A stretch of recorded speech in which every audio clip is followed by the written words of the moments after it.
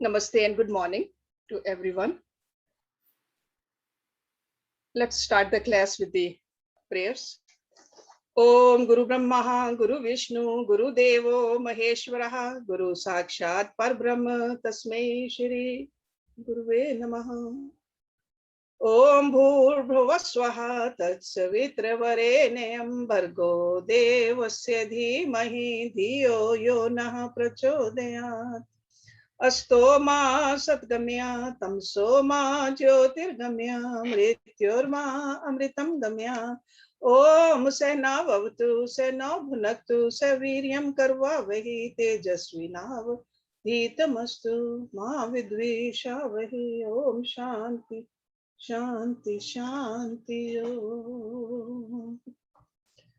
So Saturdays we are studying Vivekachudamani. And we are starting our class with the verse number 271 today. There are three terms we learned last time when we were reading this. Lok Vasana, Shastra Vasana, and Dev Vasana. So in this verse also we have these three terms.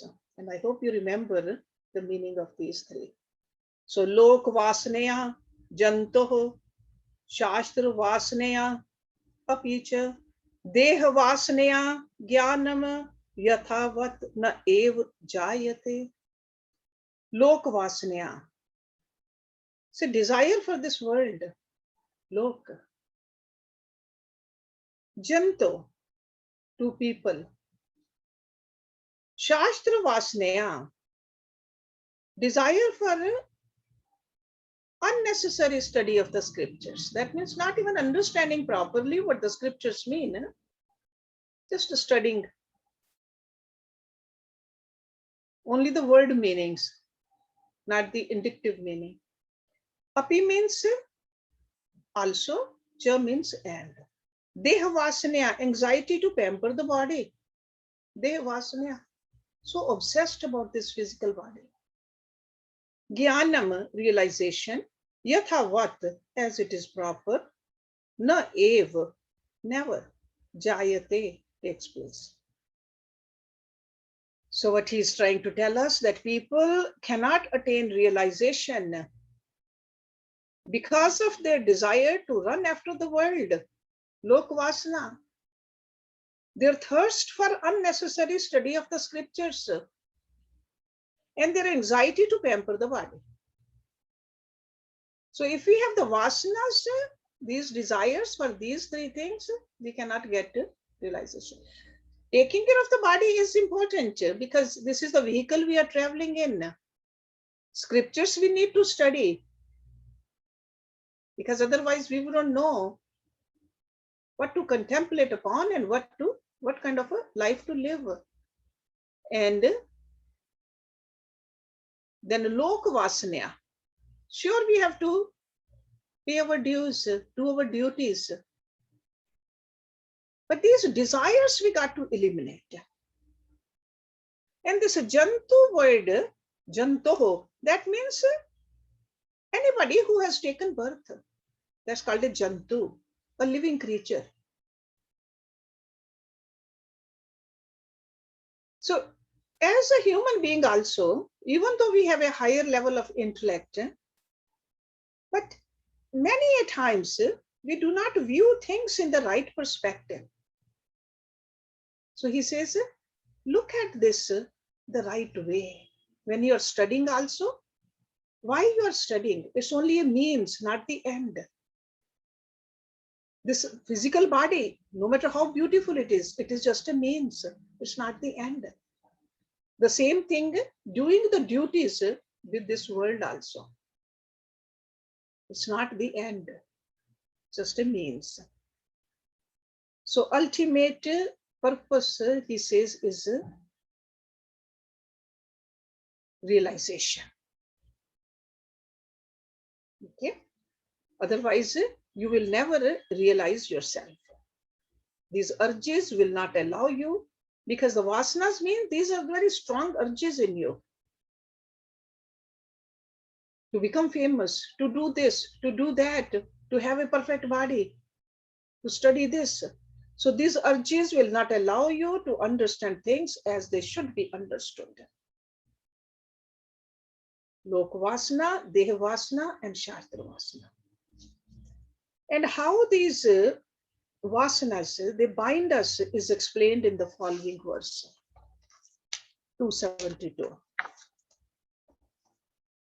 Sansar Karagrihe, Moksham Ichoho, Ayomyam, Pad Nibandh Shrinklam Vadanti, Tat Yagyaha Patu Vasanatrayam, Ya Asmat Vimuktaha Sam Upatihi Muktim.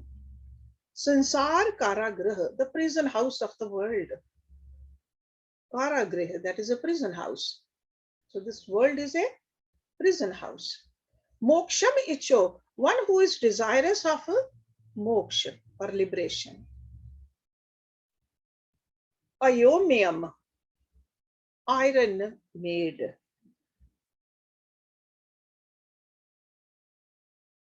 So it's almost like a iron fetters. Pad nibandh shrinkhalam, chains shackling the feet. Pad means the feet. So chains shackling the feet. Vadanti, speak. Tat gya, the wise. Patu, strong. Vasanatrayam, the three kinds of vasanas. The residual impressions, those are the vasanas. Ya means he who, asmat, from him, vimuktaha, free, sam upatihi, attains, muktim, liberation. The wise have spoken of the three kinds vasanas as iron chains shackling the feet. So wise people say that these vasanas are chains, they bind our feet. For him who wishes to be liberated from the prison house of this world, he who is free from them attains liberation. So a person who doesn't wish for liberation, sure, these vasanas are very tempting. They're very enjoyable also to that kind of a person. But a person who wishes to get liberated, self-realized, these are chains. So if our understanding has reached to that level, then we'll see that, yeah, these are shackles. So these three types of desires, what he's talking about, Lok, Deha, and Shastra. Remember that. They perpetrate the utmost cruelty towards human beings, actually. Wise people understand this. They bind us down to sansar. Just like a strong iron chains binding a prisoner to the prison house. Any prisoner who is a threat to other prisoners also, they'll bind him. Who says this? The wise person who have broken these chains and come out of the sansar prison. Because a person who has broken this is the wise, and that person understands that these are the chains. So in order to free yourself, you'll have to first break these shackles. Only then a prisoner can come out from the confining walls of the prison. So what is the wall for us? Our body, mind, intellect. These three constitute the prison walls and the iron bars which are built around us. So it's almost like a subjective jail for us. And we are tied down by the shackles of the triple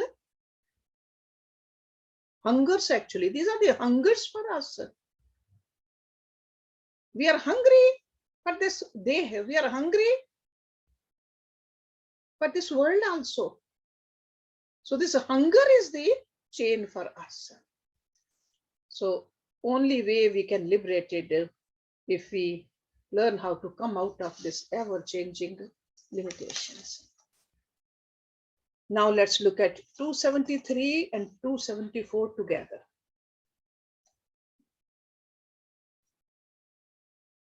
जल आदि संसर्गवशात् प्रभूत दुर्गंध दूतः अग्रुः दिव्य वासनः संघर्षणेन एव विभाति सम्यक विद्युयमाने सति बाहे गंधेः. So this is 273. Jal adi samsargvashat, due to contact with water, etc. Jal is the water, adi means etc. Okay, samsarg, that means the contact. So due to contact with water, etc. Prabhut, too much. So almost like a insufferable. Durgandh dhuta, hidden by stink, the bad smell. Durgandh. Agru. Agru means a sandalwood. Divya vasana, the divine captivating fragrance.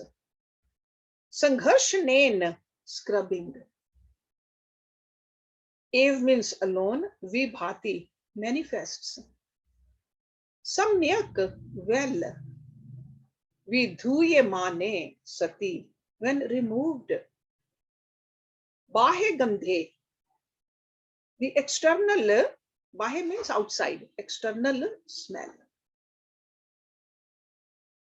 So the captivating fragrance of the sandalwood, agru, which gets enveloped by an insufferable stink created by its contact with water, again manifests itself as soon as the enveloping smell is entirely removed by scrubbing. So what he's trying to tell us is that beautiful smelling, fragrant piece of wood, you keep it in the water or any kind of a moisture, it will start stinking. So how to get rid of the stink? Rub it.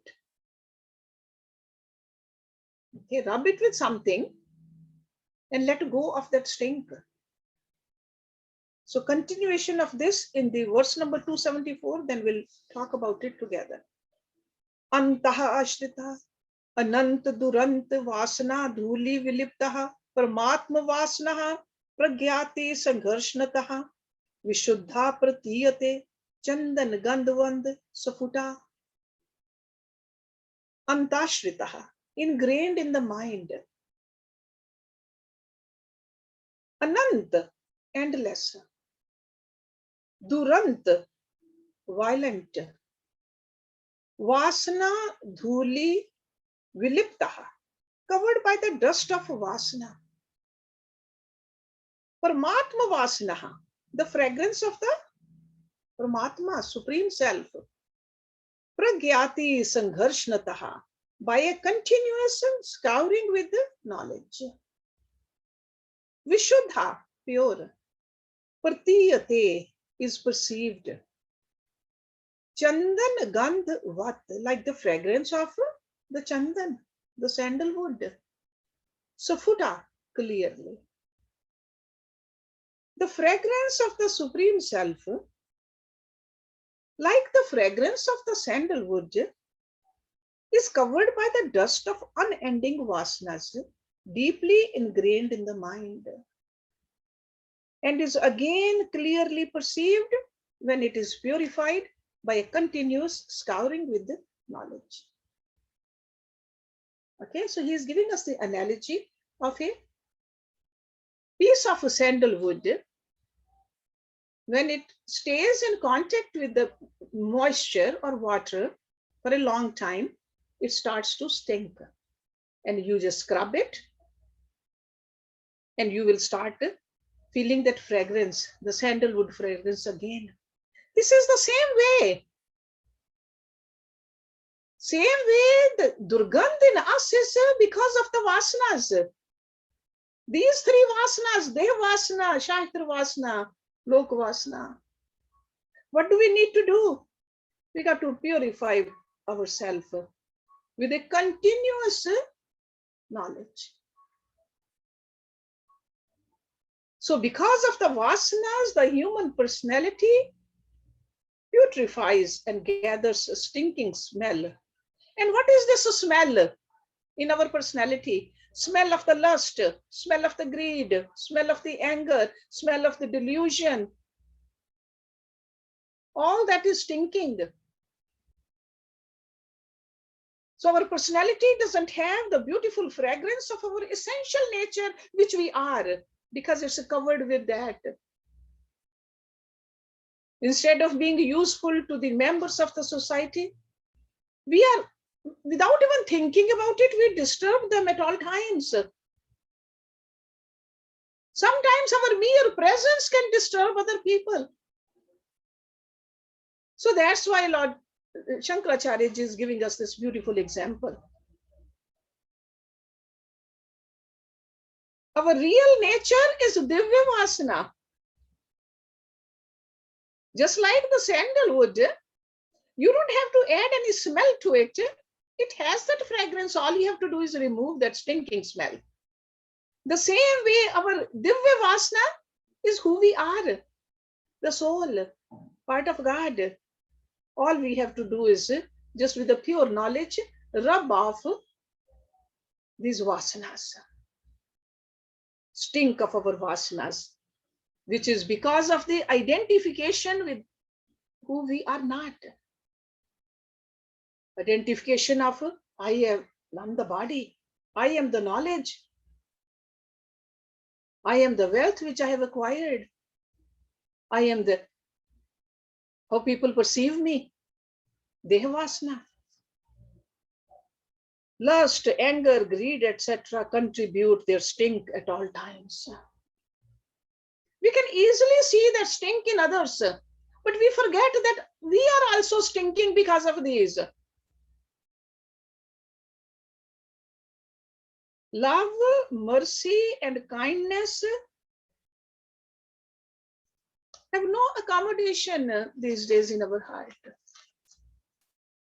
But in order to gain our original status, our personality needs some rubbing. And that's what he's saying, this great Acharya, that it should be rubbed against the greater knowledge in meditation. The stink will go away. Real nature will be revealed automatically. So by rubbing, we are not giving the smell to the sandalwood. Yeah? Its fragrance is already there. Similarly, divinity is not to be given to you from somewhere else, that thou art. That's what we learned in the previous verses. We are that. We got to just scrub and wash away the stink in us. The inner, essentially divine fragrance is covered by the dust of dirty vasanas at present. Okay? Little scraping with the right knowledge. So this is the reason we study the scriptures. Okay, the scraping. If the scraping is happening, that study of the scriptures is well worth it. If the studying of the scriptures just make us more arrogant that I have studied more than others, then it's a vasana. Then it's a filthy. Then it's unworthy. Let's look at number 275. Anatma vasanaha jale tiro bhut atma vasanaha nitya atmanishtheha te shamanashe bhati swayam sufuta. This is 275. Anatma vasana jale. Jal is the net. Vasana is the desires. And anatma is not self. So together, by the nets of desires for the not self. Anatma. See, one is atma, the other one is anatma. Anything other than the atma is anatma. Remember that. Okay, so keep it very simple in your mind. Anything other than the atma is anatma, non-self. Tirobhut atam vasana, the desire for the self is clouded. Tirobhut atma vasana. Nitya means constant. Atmanishthaya, by abiding in the self. Tesham nashe, when they are destroyed. Bhati, manifests. Swayam, itself. Safuta, clearly. He says innumerable desires. That's why how it becomes a jal. For things that are the not self, cloud the desire for self-realization. So our real goal is that to know ourselves, but all these vasanas, the jal of the vasanas, they clouded us. When these have been destroyed, by being constantly established in the self, the Atma manifests all by itself. Because all these verses, he's talking about the vasanas and how to give up the vasanas. So he's not only telling us what the problem is, but he is giving us the solution to solve the problem also.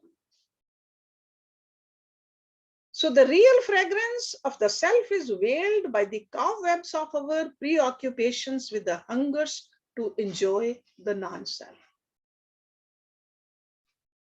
Okay? We want to pamper this body.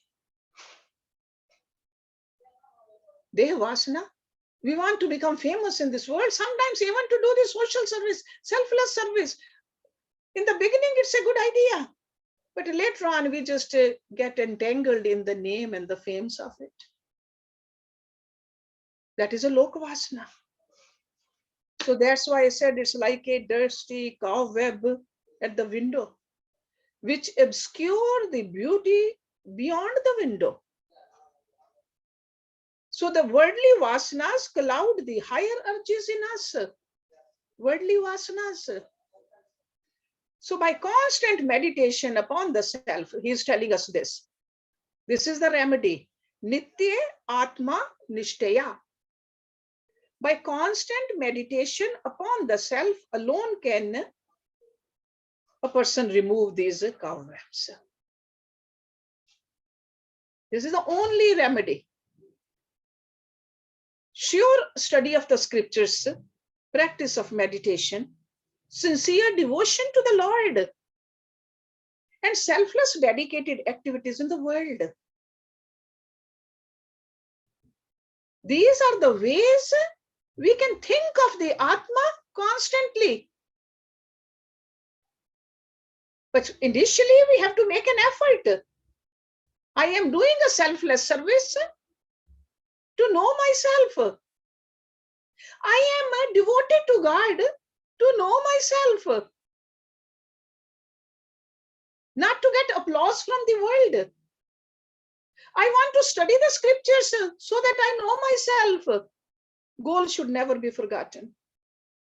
So the Atma is clearly perceived by its own brilliance then. We don't have to bring Atma from any Tirath Sthan or from any God incarnate or from a Guru. Atma is there. This is who we are. We just need to know how to scrub off the non-self.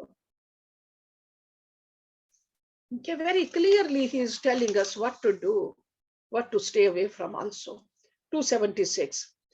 Yatha yatha pratyag avastitam manaha tatha tatha munchati bahe vasanaha nishesh mokshe sati vasana nam atmanubhuti pratibandh shunyah. Yatha yatha. That means as to the extent, as yatha yatha. Pratyag avasthitam, established in the inmost self. Manaha, the mind. Tatha tatha, to that extent. Okay, these are like idioms over here. Munchati, leaves. Bahe vasana, the desires for the external world. Ni shesh mokshe sati, when completely end. Ni shesh means remainder. Ni shesh means there's nothing remained. Vasana nam, desires. Atmanubhuti, realization of the self. Pratibandh shunya, unobstructed. This is verse number 276. To the extent the mind becomes steadily established in the subjective self. Okay. We know subjectively, but subjectively self means the Atma. Okay. To the extent the mind becomes steadily established in the subjective self. To that extent, it leaves its desires for the objects of the world. Okay. So if the mind is fully absorbed into the Atma, that mind doesn't want to go outside into the objective world. Because it is finding, it has found its goal, it has found its peace, it has found its happiness. Whatever it was looking for, it's right there. Try to understand. To the extent means as much as if you have put in 50% of your mind into the objectives, subjective self, 50% of the mind is still want to go outside. Sometimes we wonder that, yeah, I meditated, I did whatever I was doing, but to what extent? To what extent? So to the extent the mind becomes steadily established in the subjective self, to that extent it leaves its desires for the objects of the world. This simple looking verse is giving a lot of clarification for our sadhana. When all such desires completely end, the worldly desires is talking about, then there is the clear, unimpeached realization of the self. It's almost like if the total, that sandalwood was scrubbed, all that filth has been scrubbed away. The total fragrance of the sandalwood will emerge. But if half is scrubbed, sure, there is a fragrance coming and there's a filth coming too. The same way for us also. We don't want to leave ourselves in the middle where vasana, stinking vasanas are coming out of us. So this word extent is very important over here. Yatha yatha and tatha tatha. So when the mind becomes totally introvert, completely established in the self, that is the state when there's no vasana at all for the object of the pleasure. That we think that, no, maybe I haven't seen it. Maybe over there I'll get some pleasure. Maybe in this relationship. But when you have seen completely who you are, then there's no maybe. That doesn't mean that you won't have relationships. That doesn't mean that you won't be living in this world. But you know the source of that divine fragrance. Where is it coming from? You won't be looking for it. You're not hungry for it. And there's no maybe then. So lesser the vasanas, lesser are the agitations of our mind. Remember that. If our mind stays agitated, it is because of the vasanas. Lesser the agitations of the mind, more contemplative is the intellect. Remember that. No vasanas, no mental turmoil, complete contemplation, then the experience of the divine is effortless, natural.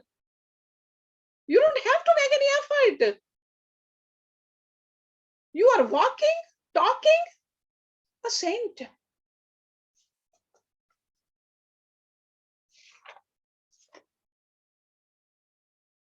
Now in the next segment, so this was all about the vasanas, the means of ending the vasanas. Now in the next segment, verse number 277 to 292, he is telling us to end the superimpositions. He is going to give us the means to end the superimpositions. And what is the superimposition? Superimposition is I am the body. I am the mind. I am this name. I am this position. I am the one who has worked so hard to earn all this. Those are all superimpositions. And we need to end those. If we want to realize ourselves fully, we got to end those. And we can end this only while living in this human body, not after getting rid of this human body. Remember that. Let's look at 277. Swa atmani eva sada sthitvaha mana nashyati yoginah vasna nam kshayacha ataha swadhyayas apnayam kuru. Swa atmani, in one's own self. Swa means own. Atmani, self. Ev means alone. Sada means ever. Sthitva, abiding. Manaha, the mind. Nashyati, ends or becomes still. Nashyati, yogina, of the yogi. Vasana nam, of vasanas, the subtle desires. Kashaya, cessation. Cha means and. Ataha means therefore. Swa adhyas apnayam, negation of your superimposition. Adhyas, adhyas means superimposition. Kuru means do. He says being ever fixed on his own self. The meditators or yogi's mind ends. We want to end this mind. Okay? So being ever fixed on his own self, that is the Atma, the soul, the yogi's mind ends. Then there is a complete cessation of vasanas. So negate entirely your superimpositions. So in this section, as I mentioned earlier, there are 16 verses.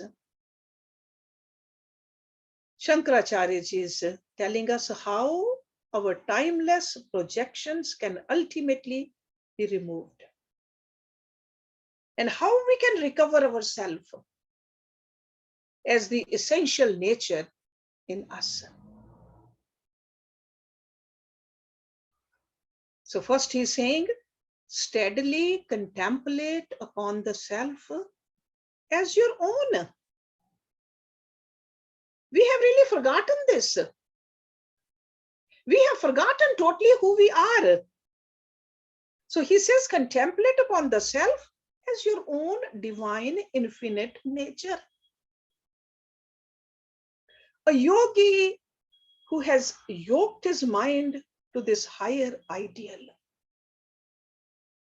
First, we do use the mind. With the help of the mind, we are doing this contemplation. And then we can say that I have mastered my mind, because that mind has fully absorbed into the self. So he says, a person who has done this alone can annihilate the mind. The annihilation of the mind is called mano nash. So this is what he says, mano nashyati yogina. So this is not possible unless all vasanas have been exhausted. Without annihilating the cause, the effect cannot end.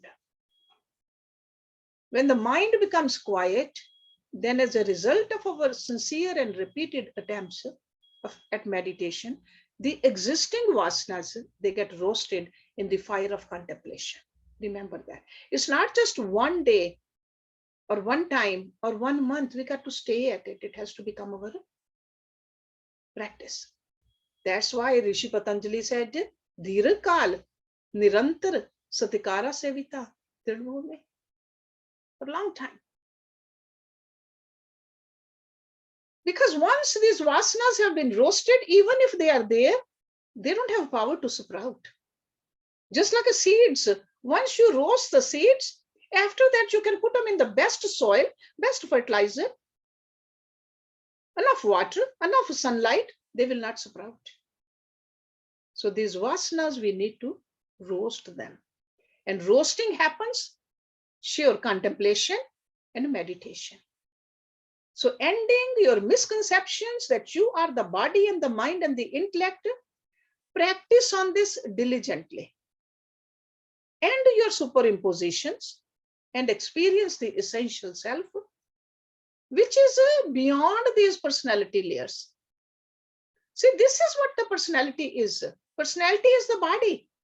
Personality is the mind, the intellect, the ego. That's personality. But we are not the personality. We are the Atma, the self. We need to know that. Let's do one more and then we will have a discussion. So this is verse number 278. Tamaha dvabhyam raja satvat satvam shudhen nashyati tasmat satvam avashtbhaya swadhyay swadhyas apneyam kuru. Tama, tama is tamsikta. Dvabhyam, by both. Raja, rajsikta.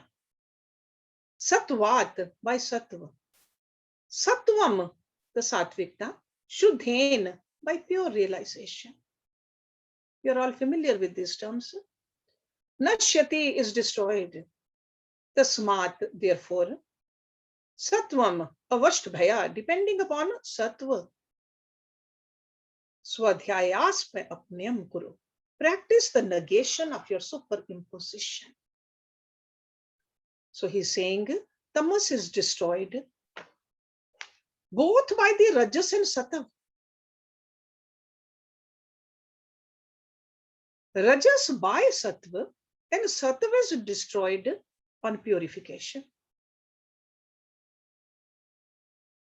Therefore, solely depending upon sattva, deny entirely your superimposition.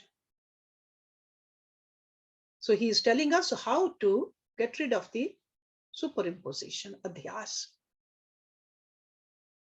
Because these rajsikta, tamsikta, satvikta, these are the colors of our vasanas.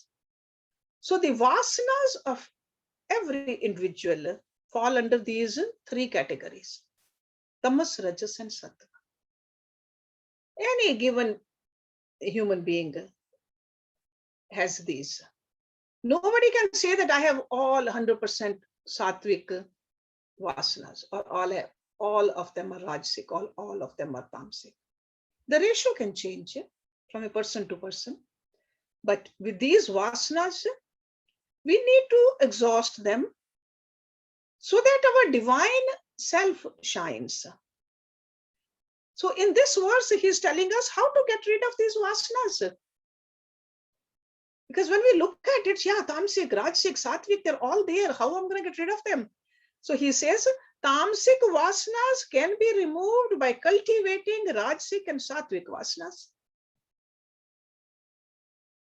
Okay? Rajasic vasanas can be ended by replacing them with sattvic ones.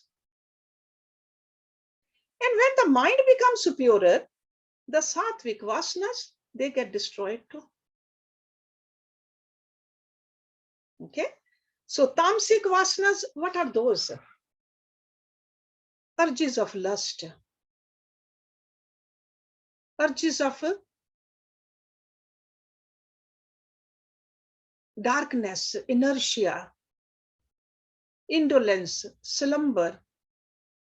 That's all tamasic. Want to sleep, want to take rest, want to just live for yourself. That's tamasic. So these are the typical urges in majority of the people. That's why people say, oh, can't wait for Friday. Saturday and Sunday, just I want to take rest or retirement. Tamasic. Want to sit back and relax only. There's no anxiety to do anything. Even though body is fully capable of doing, but now let somebody else do it. That is a tamasic vasana. So lethargy, sleep, etc. are the signs of tamasic vasanas. These low vasanas can be removed by instilling into the individual more and more rajasic vasanas. Rajas is activity and dynamism. By injecting into a tamasic person more and more desires, he becomes active. Instead, somebody else do it for me. No, I want to do it myself. When you act vigorously, you want to earn more, you want to enjoy more. Sure, this kind of a person will act constantly for selfish ends, but he is working hard. Then next stage is learn to get rid of these also. Working hard, but not for yourself, not selfishness. Because you start seeing the hollowness of life. You are working hard and then you feel everything I have, but what is the use? There's no peace of mind.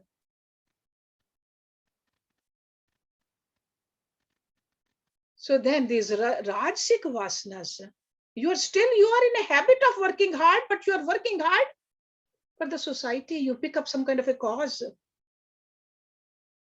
You change the direction and finally transcend the rajasic and make them into sattvic, selfless action. You keep on working with the same tempo. Work you have to do. But you do not desire the fruit of the action. Then this kind of a personality ultimately keeps on cleaning the old vasanas, and you reach to the state where you realize my body is working, I'm not even working. So you are working hard, but you are at the level where you're cleaning up your sattvic vasanas also. So just see that tamasic is, I'm not doing anything. Somebody else should do it for me. I'm not cooking for myself. Somebody else should cook for me. Rajasic is, no, I want to cook because I want to eat, because I want to make this and that. That's Rajasic. Sattvic is you are cooking, but you are sharing. But beyond sattvic is you are still cooking, you are sharing, but you think that there's no difference whether I'm feeding myself or feeding somebody else, and I'm not even doing it. It's godly power. This universe is whole. Universe is God's universe, not mine.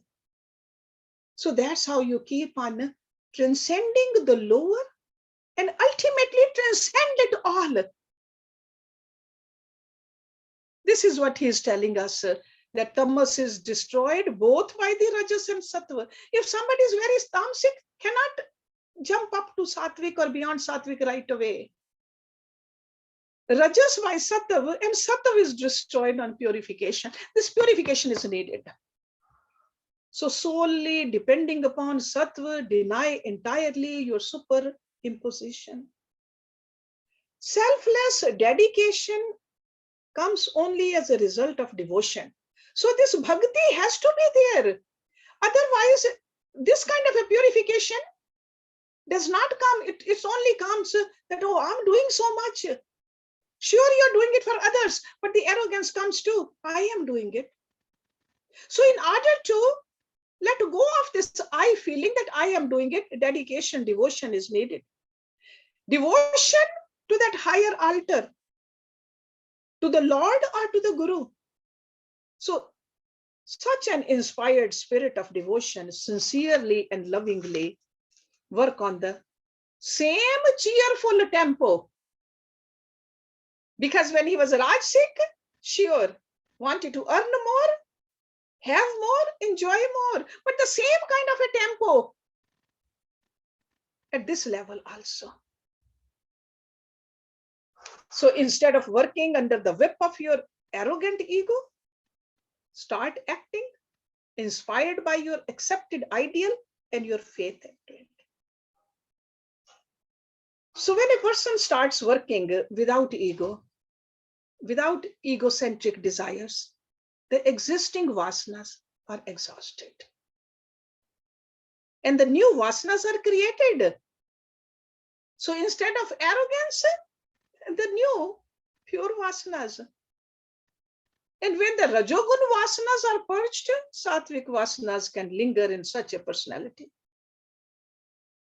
So remember, devotion to the Lord is needed. Because some people say, no, Lord, why do I'm going to just keep on working? But the arrogance comes. So Sattva Guna Vasana is also a Vasana. And he is telling us how to remove them, the Sattva Guna Vasanas also. So best method is to steadily increase, keep on increasing the purity. At the end, let me tell you, how do we really know Sattvikita is increasing or not? Quieter the mind, lesser the turmoil, which means greater is the purity inside you.